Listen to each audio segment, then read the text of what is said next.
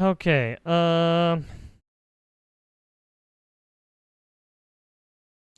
let's listen to the worst punishment you've ever heard of. Is this the one about being flayed alive? There's one about being boiled alive. In the That one's summer of pretty rough too. 1716, Captain Henry Boyd set sail from the port of I mean, there's Gibraltar tons of to ways the that are Italian coastal fucking town of gruesome. Livorno. Aboard his merchant ship would have been textiles, muskets, tobacco and sugar from the Americas, expensive stuff. But he Oh, won't make the journey. good Once outside the stuff. protection of port, Oh yeah. disaster strikes as a That nightmare made diamond flesh stuff. slowly edges over the horizon. None of those Barbary Schnickelfritz pirates bullshit. from the coast of Algeria. For Captain Henry Boyd, it's a terrifying sight. He knows these marauders aren't going to risk a fight just for textiles or sugar. Instead, the Barbary pirates are renowned for a very particular kind of plunder. Human slaves. Yes. Too far from port Trafficking. to expect help from the Royal Navy, Boyd and his crew set up and dig in for the fight of their lives. We don't have any records on how the battle went down, but we know that Henry and his crew lost because Henry Boyd spent the next 20 years as a slave in Algeria. It was while he came to port in the city of Algiers as a captive slave that he saw what is quite possibly the most brutal punishment of our past. The hooks. A method of execution so savagely cruel and violent that it seems to have been almost completely wiped from history. Almost. Some records do remain, however. And on paper, it's a simple process. For the victim, though, it's a savage death. Those who were sentenced to this fate would be forced to stand on top of the city walls and then pushed to fall to their death below. But they won't be smashed against the rock, they won't drown in the sea. Oh no, they'd be caught on a hook. Too easy. Instead, the wall would be studded with a series of meat hooks, arranged in different angles, at different heights, and in all different sizes. Once the victim is shoved over the edge, they fall unpredictably on the hooks. Limbs and torsos are placed at random, leaving the victim dangling. Oh yeah, the fucking part of walk the plank, bitch.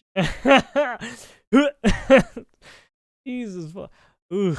Agonizing positions, left to bake for days in the punishing Algerian sun. Some victims have limbs torn from their bodies as they smash onto the hooks with violent force before being caught that's free fall, man. The hooks bite into you're gonna get whatever they can find, sinking into soft flesh under the armpits, snagging the meat between the ribs, or smashing through ankles. Yeah, not only that, but lucky, then it's slowly slowly tearing your fucking instantly. Right, it's slowly tearing you apart that speak of a victim because you're who just didn't suffer hanging for at least hours or days after being just drugged. hanging, dangling. It's not unlike those old arcane coin pusher machines where you watch the penny dodge and bounce between pegs on the way down to determine your prize. It's that same level of unpredictability, just swap out the pegs for meat hooks and the pennies for human souls. Captain Henry Boyd sees this cruel punishment inflicted to another slave in the city of Algiers, a fellow Christian taken prisoner for slavery who resisted his captors by trying to kill his new owner. For the crime of disobedience, this Christian slave was sentenced to perish on the hooks. Yep. Well, that's the story. Anyway, the reality is that Captain Henry Boyd was never taken as a slave by the Barbary pirates, and he might not have existed at all. Yeah.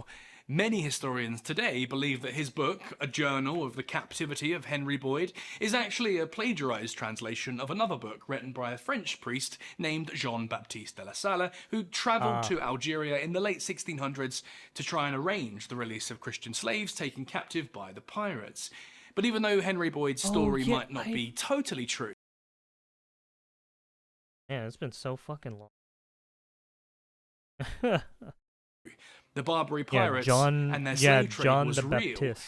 Yeah. And so was that nightmarish punishment for because he was a missionary that went around trying to disobedience. The hooks. Yeah, that makes sense. By the 16th century, with Spanish and Portuguese naval power declining in the Mediterranean, a new opportunity for piracy he was basically a Christian missionary that went around trying to like stop this shit.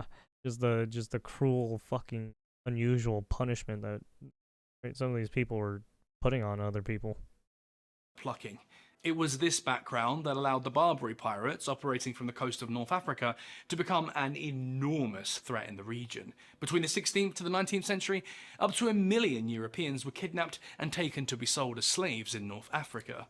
At some point, the pirates got so confident that they went from poaching isolated ships on the Mediterranean to conducting coastal raids on European land. In 1631, the pirates got as far north as Ireland, where they plundered and kidnapped the entire population of the village of Baltimore in one single raid. Of the some 200 people that were taken prisoner, only 2 ever managed to return home. The rest lived out the remainder of their days as slaves. Conditions were grim. Women were forced to do domestic labour, and of course, like so many women slaves of the past, there was often a fate of forced intimacy with the owners. For men, conditions varied. Anyone with a skill like shipmaking or a decent education would have been employed to perform those same jobs as they did before, just now under duress. Hey, is it that but for men with little to no skills, one of the worst fates imaginable waited for them: to become all men. These poor souls would be chained to a seat at the bottom of a ship and would have their hands tied. Yeah, John the Baptist. From then on, be totally and called smash. His name started with a D or something? Henry was captain, the reality by a French captive by the pirate Salah, who travelled... Oh yeah, Jean-Baptiste de Sala? Yeah, that's a different one.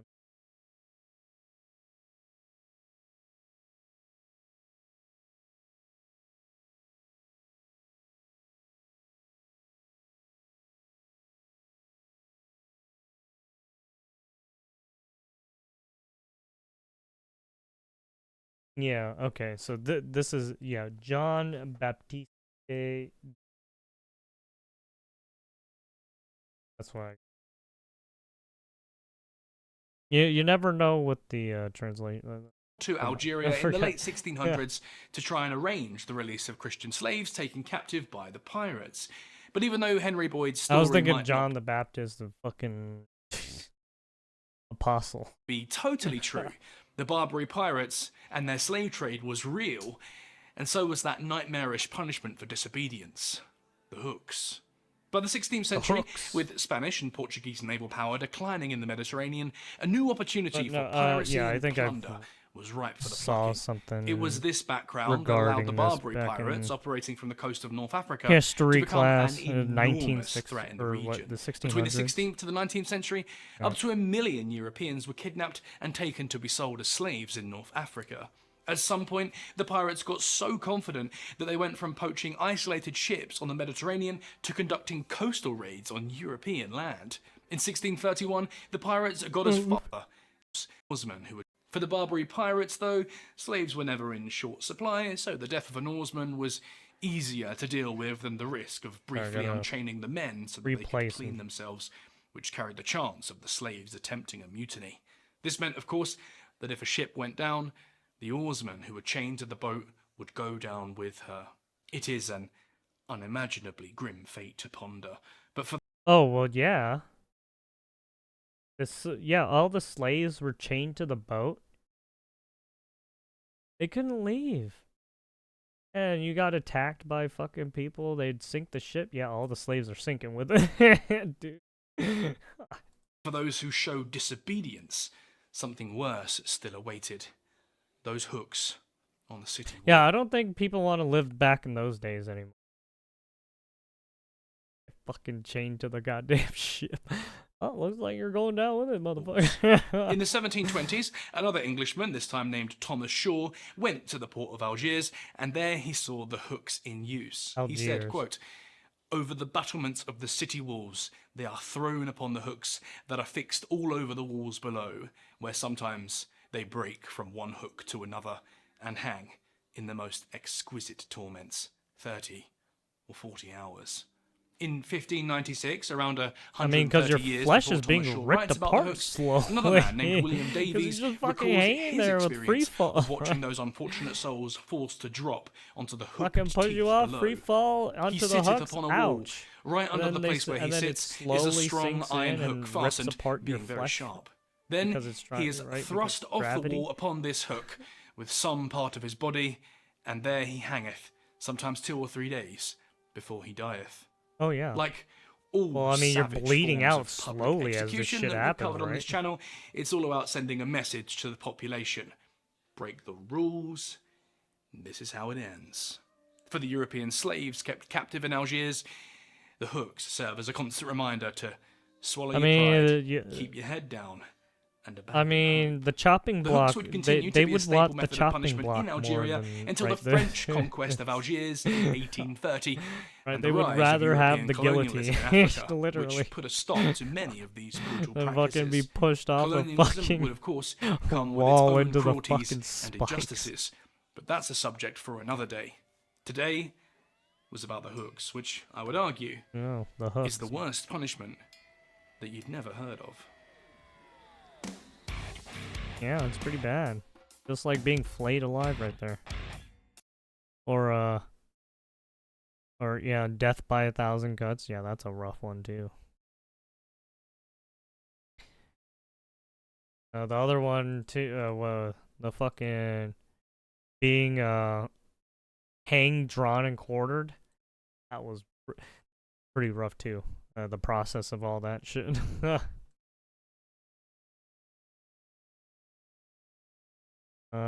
This was a flashback in history.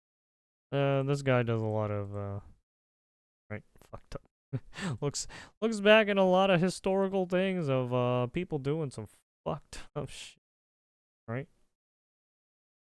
Oh yeah. Yeah, Unit 731.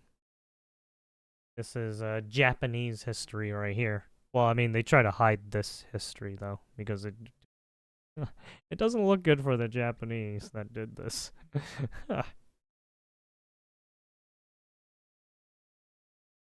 This was like fucking right right Nazi Germany levels of fucked up.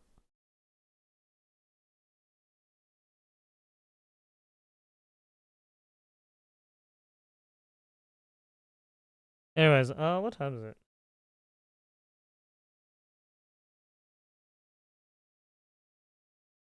Do we watch more fucked up things?